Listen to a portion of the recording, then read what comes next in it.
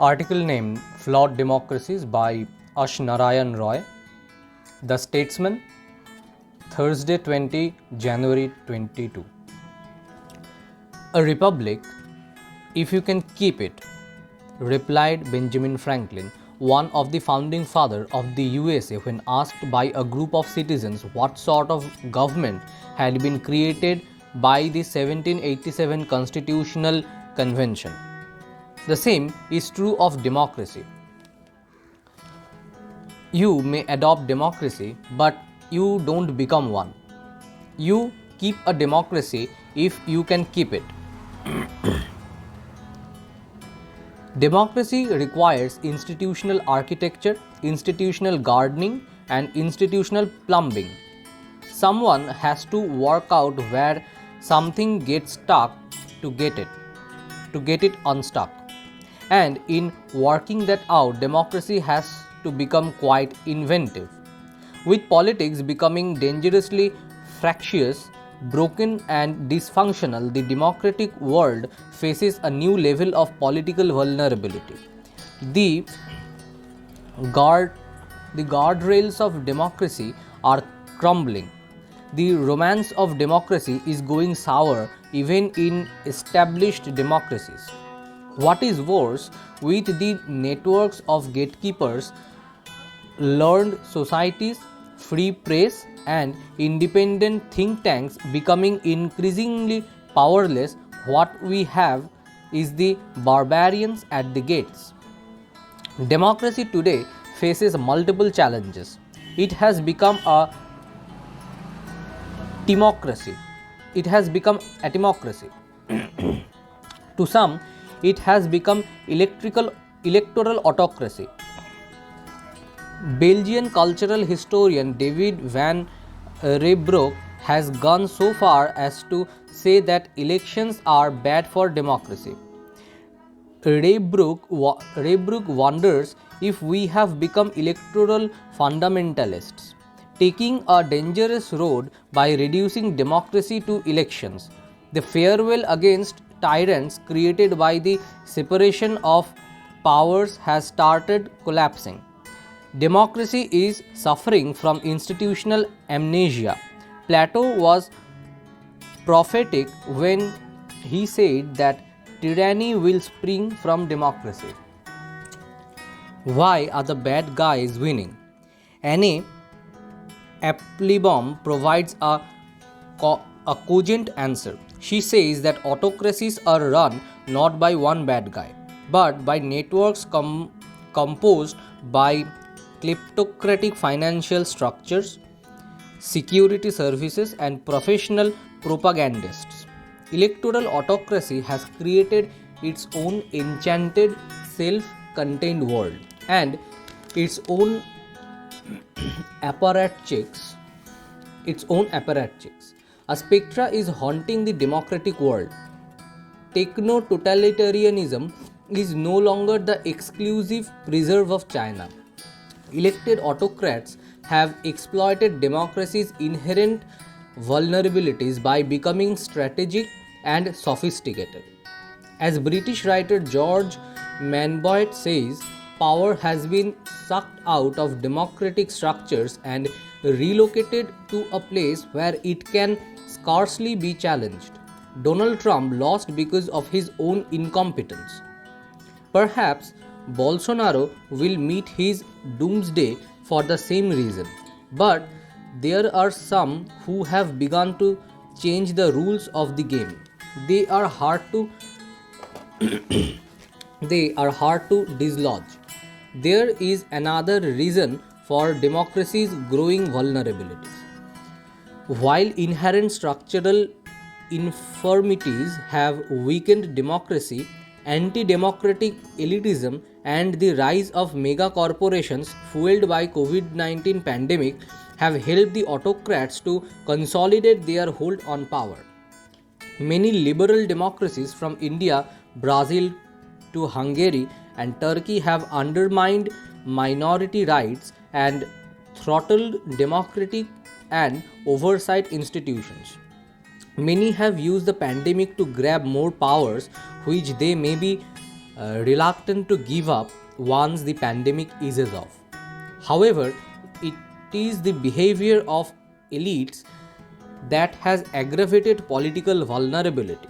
American political scientist Jack A. Goldstone and anthropologist Peter Turchin argue that the elites have committed three cardinal sins.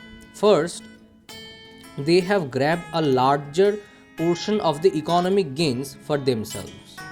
Second, as they face greater competition for elite wealth and status, they have narrowed others' path to mobility. Third, anxious to hold on to their rising fortunes, they do all they can to resist taxation of their wealth and profits. Alongside new variants of the virus, there has been a new variant of global capitalism. The age of Amazon has helped the big corporates like Jeff Bezos to amass fortunes, while small business has taken a decisive hit across a wide range of sectors. Bezos has developed a corporate culture of relentless ambition and secrecy that has never been cracked.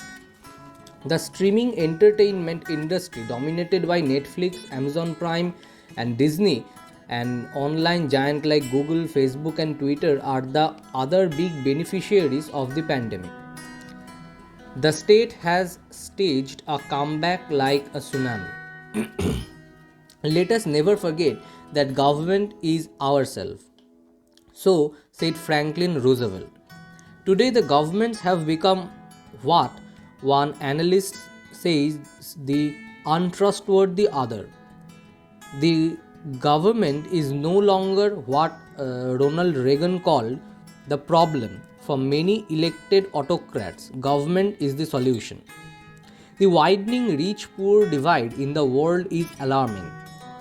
Together, the world's millionaires hold $80 trillion in wealth. According to Oxfam, the net worth of world's top 10 billionaires has more than doubled during the pandemic to $1.5 trillion.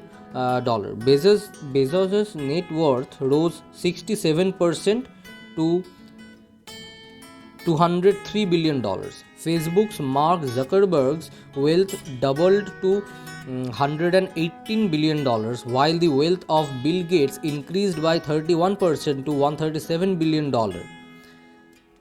Indeed, an age of Amazon. India is experiencing the same, with billionaires multiplying. According to the World Inequality Report, the top 1% Indians own more than one-fifth of total national income, and the bottom half earns just 13% of it. Economic reforms have benefited the top 1%.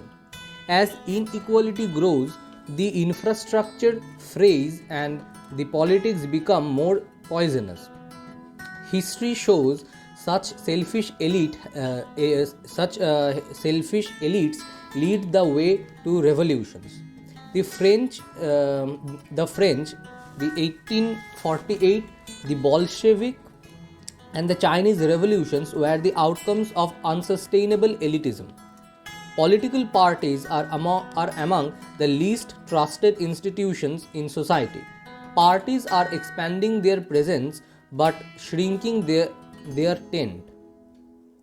The periphery remains neglected. Ruling parties believe they have a divine right to rule.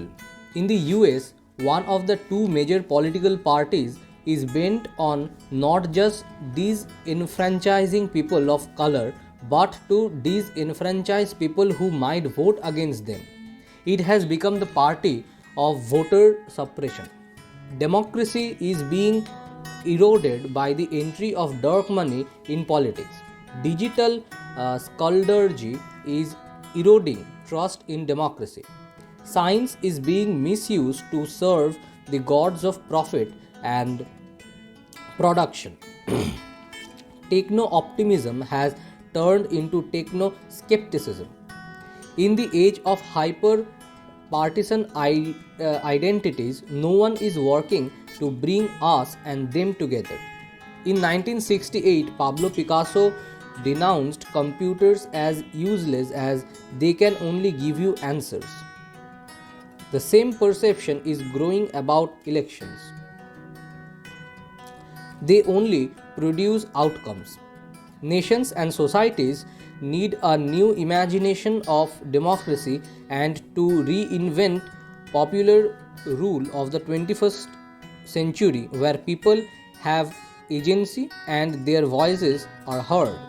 The existing paradigm of democracy is too elitist and is incapable of democratic aspirations of the people. Electoral autocrats are trying to sell us platinum when all they have is steel. They are trying to win dazzled admiration through new flagged PR stunts. Thomas Paine said, "We have it within our power to begin the world over again." Will political scientists and philosophers take the lead and begin democracy all over again? Thank you.